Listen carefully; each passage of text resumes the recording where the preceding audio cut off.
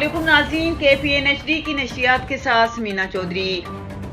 सरदार Khurshid bag दस्ते रास्त सरदार मीर अकबर खान ने यूनियन कौंसिल धड़ेसालियां मलयाला से डिस्ट्रिक्ट कौंसिल से इलेक्शन लड़ने का बाज़ाब्ता तौर पर ऐलान कर दिया है। उन्होंने सहाफ़ियों से गुफ्तगू करते हुए कहा कि बल्दियाती इलेक्शन आज़ाद कश्मीर के अंदर PTI का बहुत बड़ा कारनामा होगा और इख्तियारात निचली सतह तक आएंगे, जिससे आम आदमी के मसाइल वार्ड और यूनियन कौंसिल की सतह पर हल होंगे। मैं सरदार मीर अकबर के हुक्म पर इलेक्शन लड़ूंगा। उन्होंने कहा, हम सरदार मीर अकबर की क़यादत और विजन को लेकर आगे बढ़ रहे हैं और आवाम की ताकत अल्लाह के फजल व करम से हमारे साथ है और कामयाबी हमारे कदम चूमेगी।